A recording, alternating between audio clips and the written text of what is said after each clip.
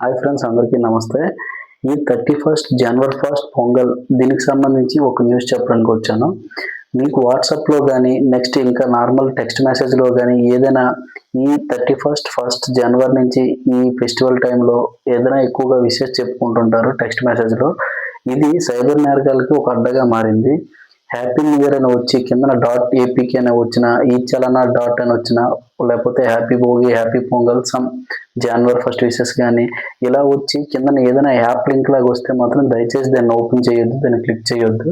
ఇది పక్కా సైబర్ నేరగాలు చేసే పని. దీని గురించి చాలామంది ఆల్రెడీ ఫేస్ చేస్తున్నారు. ఈ లింక్ని కానీ మీరు టచ్ చేస్తే మీ ఫోన్ డేటా, మీ బ్యాంక్ డేటా, మీ పర్సనల్ డేటా మొత్తం వాళ్ళ చేతిలోకి వెళ్ళిపోతుంది. దాన్ని పట్టుకుని వాళ్ళు ఏమైనా చేయొచ్చు.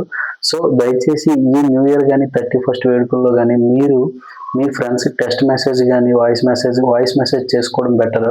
టెక్స్ట్ మెసేజ్ చేసినప్పుడు జస్ట్ నార్మల్ టెక్స్ట్ మెసేజ్ వస్తే వాట్సాప్లో కానీ నార్మల్గా కానీ టెక్స్ట్ మెసేజ్ వస్తే చేయండి.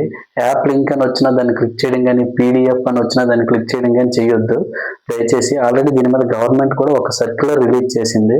సో మోడీ గవర్నమెంట్ ఒక సర్క్యులర్ రిలీజ్ చేసింది. దీన్ని అన్ని వాట్సాప్లో కూడా షేర్ చేసి లైక్ చేయండి.